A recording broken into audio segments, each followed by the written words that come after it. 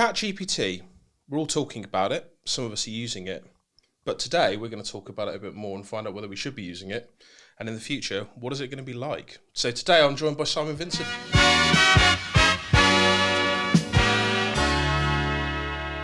Simon, welcome to the show. How are you? I'm very well. Thanks for having me. And thank you so much for coming on as well. ChatGPT is going to be an interesting conversation. I've been looking forward to this. And I'm glad I've got somebody on that knows what they're talking about when it comes to marketing to help me pick this apart, because I think everyone's talking about it at the moment. Some of us are using it.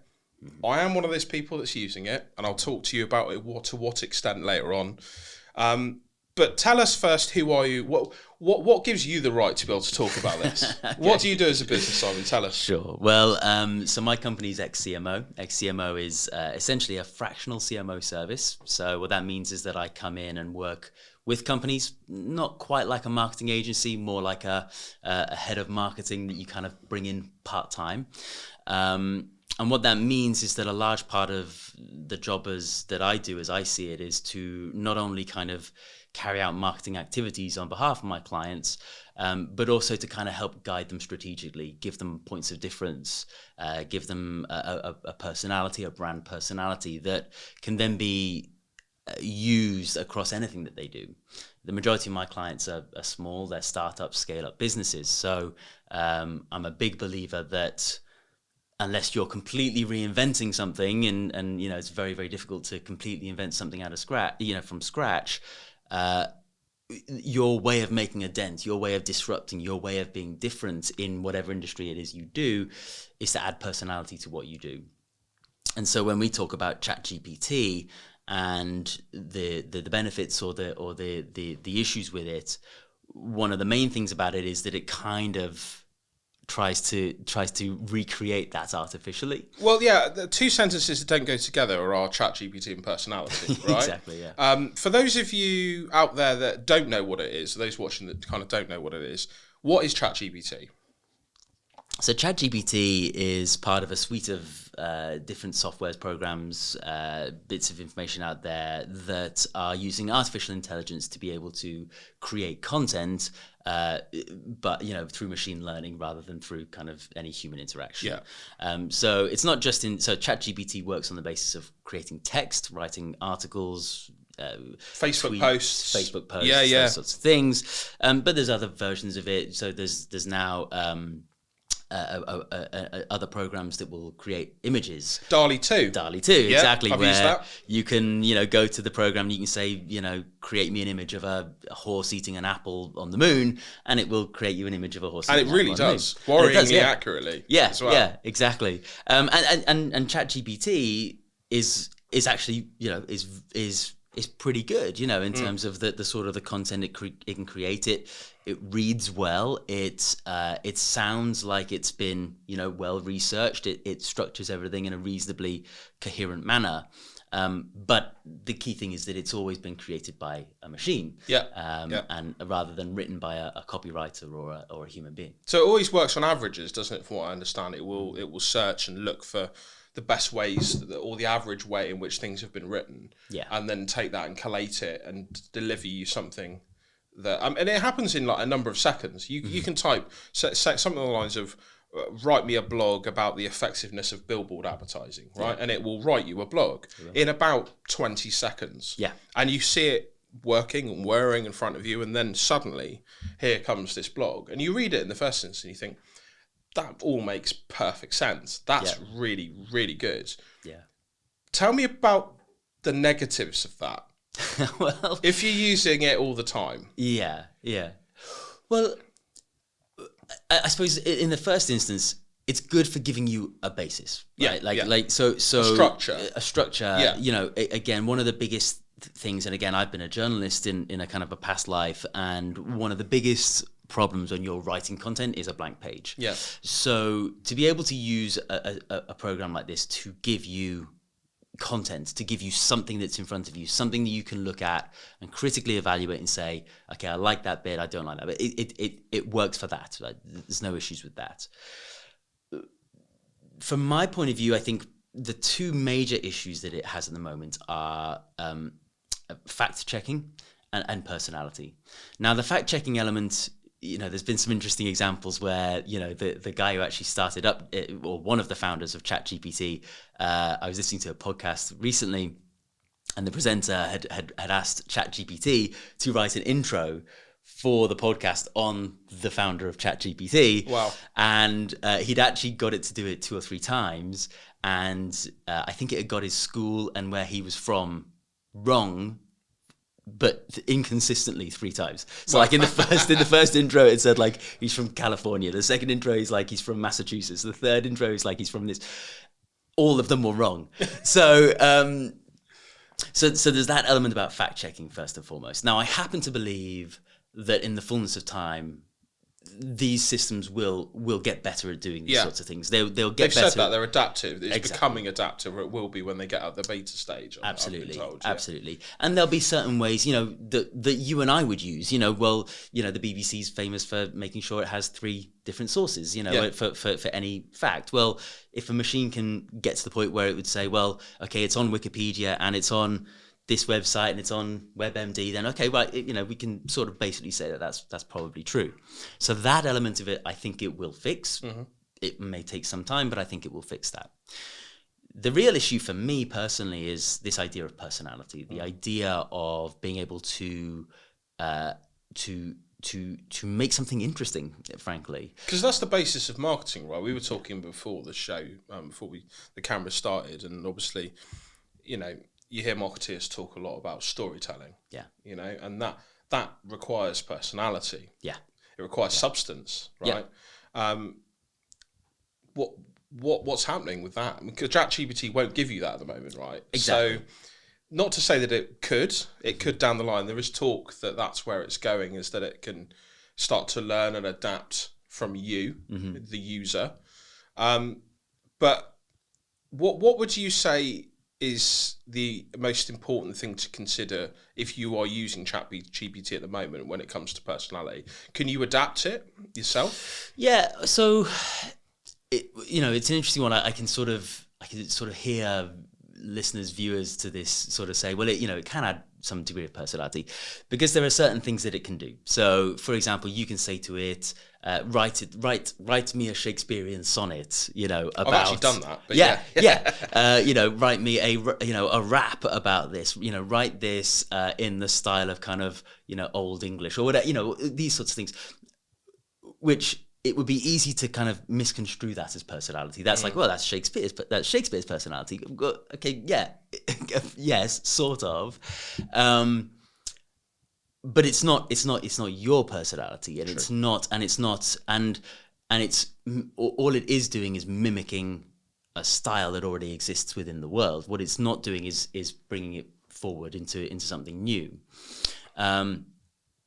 So another thing that I'm kind of I like that I think it could get better at doing in the future is kind of creating clickbaity type style of introductions and style of content. Sure. So again, people often think, well, if you can add elements of kind of, exclamation or kind of, or boiling it down into 3 simple tips to do this or whatever, that's kind of adding personality into something.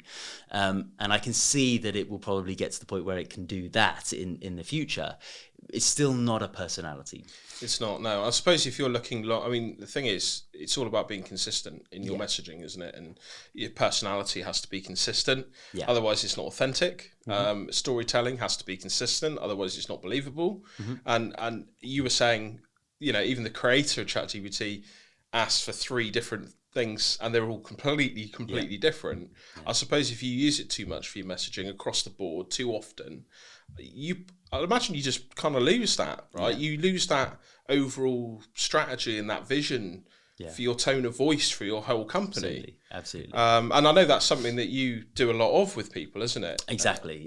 So so that's the thing. There's also this element of people buy from people. Agreed. So I made a career out of that. Me too. Very few skills, but being nice enough to get by. But no, it's this idea. So if you. People buy from people is true. If you want to try to break down why people buy from people, what you start to get into is this kind of idea of personality types, archetypes, personality traits, these sorts of things. And if you're trying to understand all of that and codify it, there's lots of different ways that has been done and that can be done. So people will be familiar with the idea of like Myers-Briggs personality testing, where there's one of 16 different personality types. Some people may be familiar with red, blue, green, and yellow personality types and what they would mean, for example. Some people may be familiar with Carl Jung's archetypes. So he came up with specific names or kind of characteristics that kind of go throughout different cultures and different periods of time. So the hero, the caregiver, the outlaw, these sorts of things. And the reason why these are so compelling for people is because if you listen to what Jung says, they're part of our collective unconscious, i.e. we're born understanding these things. It's not that we're ever taught, this is an example of what a hero. Exactly. We're born understanding the symbols that dictate to us that, okay, if somebody dresses this certain way, or somebody speaks to us in this certain way, or somebody's somebody focuses on this sort of type of way of talking, that they fulfill a certain kind of archetype. They are a certain type of person. And the reason this is important is because we use these as humans we have an innate understanding of who we are as an archetype, as a personality type. How much we are consciously aware of it is varies from person to person, but we do have these certain senses of what my personal values are, what my personal beliefs are, what I think is important in the world, moral compass, those sorts of things. Exactly. And we use visual cues, what people talk about, those sorts of things to form an understanding of whether I like this person or not, whether I'm going to get on with them. So many of these, one of the most famous books about the red, blue, green, yellow personality archetypes is called Surrounded by Idiots, because it's all about this idea that we're all forced to go into working environments where, to take a simple example, I might be yellow and you might be blue. Now, if I'm yellow and you're blue, we have very, very different ways of seeing the world. We have very different approaches to solving problems.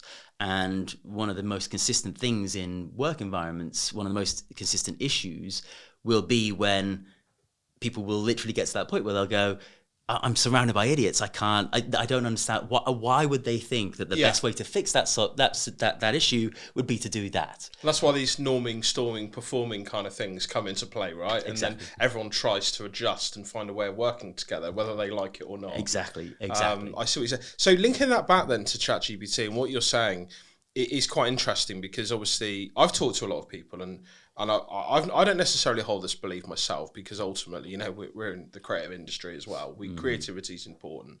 But as ChatGPT evolves and it kind of learns from more sources, essentially, what you might want it to spit out the other side based on what your question is. Creativity, okay, that can potentially be replicated, but it's essentially who you are as a person, and that can't be learnt by an AI. Exactly. Yeah. So that is the difference, right? Yeah. So with that in mind, then creativity, or somebody who is creative, so whether that could be in marketing, or could be in graphic design, could be a copywriter, it could be, that's going to become more important, because in theory then, what we're saying is that everything might eventually just find an average, and everything that people are putting out into the world, messaging wise, is just going to be everything just generally down the middle. Yeah. Right? So creativity is kind of be more and more important as this AI. Well, I would almost say that's kind of already happened to some degree. There is already, the invention of the internet allows us to, access to far more information than we ever had. Some say far too much information. Exactly. The fact that everybody has the opportunity to broadcast themselves through social media and all these sorts of things means that there's so much content out there now. There's a very, very low barrier to entry. So it's and to some degree, certain algorithms, things like Google as being one of the kind of the earliest forms of this, rewarded to to some degree things that take personality out of these, out of content, out of the way you put these things. And so my argument is almost, well, that already exists. That is only going to be made worse by a machine taking all of that diffuse amount of content that was created by a bunch of people who may or may not have the credibility to be talking about a subject, amalgamating all of that. What is more important now is that we add that level of personality on top of it, that we are able to convey a human touch, the values, thoughts, emotions, individual, unique thinking to these sorts of problems, and then kind of adding that in on the top. And I think that will be the key distinguisher. And that you gave me an example before we went on air about BrewDog, didn't you? Yeah. And that I found really interesting. Do you want to talk a bit about that? Because this is a perfect example, isn't it? Exactly. So when BrewDog, this is the beer company, when BrewDog launches in 2007, there are an estimated over 1,000 microbreweries in the UK. And crowded market, but that's not even adding in the Heinekens of the world, the global behemoths, who exist in the world. So people kind of know that that's kind of your what you typically buy, your Heinekens, your Carlsbergs, whatever. And then there's 1,000 microbreweries. Wow. When James Watt and Martin Dickey launch BrewDog in Fraserburgh in Scotland in 2007. I think it's about 5 years later, they are the first, and so far to my knowledge, the only brewery that has made it to unicorn status, i.e. they are valued at over $1 billion. Wow. And if I as a marketer or anybody as a business owner, if we're looking at that and trying to analyze how and why they're at that point, well, a lot of the assumptions that we would typically make don't stand up, right? So are they making something completely unique? Well, actually, they're making beer, which is probably one of the oldest products that exists. Yeah. People have been making it. We Nothing all know new. exactly nothing Yeah. new. So they're not reinventing the internet or whatever. Is it quantifiably the best beer in the entire world? Well, it's good, right? You it's can't good prove it. beer. It's Carlsberg nice. tried. Yeah, exactly. Yeah. They've already, that's an interesting point in Probably case, the best. because they've Yeah. kind of laid claim to to say probably the best, right? So they can't even come out and go, well, we taste the best, or with the Most organic. Exactly. Yeah, exactly. yeah. So when you start to strip these things away, what you end up coming down to is, well, they just stood out more. And what do you mean by standing out? Well, simple things like they call one of their earliest beers Punk IPA. Calling something Punk IPA is a very, very clear signal to a subset of society that this is for you. Whether you or I consider ourselves to be punks is almost immaterial. The point is almost, that old-fashioned thing of, we're for everybody. They've gone very specifically in and said, we are not for everybody. We're just for some. We are for Or people for who are punks. who maybe want to be. Yes, exactly. Yeah, aspirational in that sense. Absolutely, yeah. So that kind of marker that they put in the sand that said, we are punks, we are making beer for punks. If you are a punk or feel like you want to be a punk, you might agree with what we're doing. That's injection of personality. Yeah. That is us. That is them pulling on this the outlaw archetype and saying, we know that that you, the population, understand this idea of an archetype, of an outlaw archetype. You know what it stands for, that you find it compelling in a certain sort of way because it's been reinforced to you through religion, through culture, through whatever you see throughout history. And if we can just tap into that, we'll actually bring you in. We'll bring you into into our set of values and cultures, etc. Similarly, they do things like they create a beer when Russia has one of the World Cups that's called Hello, My Name's Vladimir, in which they kind of put superimposed lipstick onto Vladimir Putin, essentially making a stand against Russia's approach to being to a gay disruptor. rights. Yeah, essentially, exactly, in the market, absolutely. Yeah. And again, all of these things you might look at and say, well, how many beers did you sell off the back of of doing these things, of calling it Punk IPA? Well, that's inquantifiable, really. But it nevertheless has a massive effect on it, because what you're doing is you're communicating values, you're communicating beliefs, you're communicating, you're being really clear from the outset, like, we're for this type of person, and if you don't agree with that, that's absolutely fine. You can go and drink Heineken. If you're not disruptive, if you just want cheap and relatively flavorless, cool, go drink Heineken. It's no problem as far as they're concerned. What's interesting is that once that reaches a critical mass, others who kind of don't link into that kind of get on board because they like the idea of it. And the crucial thing is that then generates loyalty. Saying you're kind of everything for everybody is kind of fine, and it might help you to reach a certain point, but people don't feel loyal to that, because I don't think of myself as being everybody. I think of myself as somebody who believes in XYZ. So then when I find the beer that wants to stand up for gay rights or stand up for punks, or wants to throw taxidermy cats on the City of London to protest against bankers' bonuses, now all of a sudden I'm like, I'm only going to drink Brewdog. And the fact is, an AI isn't going to give you that, exactly, is it? And, exactly. And actually, this is the scary thing. If an AI adapted to the point where it would suggest that your messaging should be, let's put lipstick on Vladimir Putin, or let's throw taxidermy cats around in London, that's a really worrying prospect. And do we, as a human race, want an AI dictating whether we should be doing that or not? Because, we've all seen the Terminator, right? Skynet is coming, as some of them say. I don't personally believe that it will get that far where the AI will start doing stuff like that. But if it does, it's a worrying time. But and that's the thing, isn't it? And that was really interesting what you were saying about a company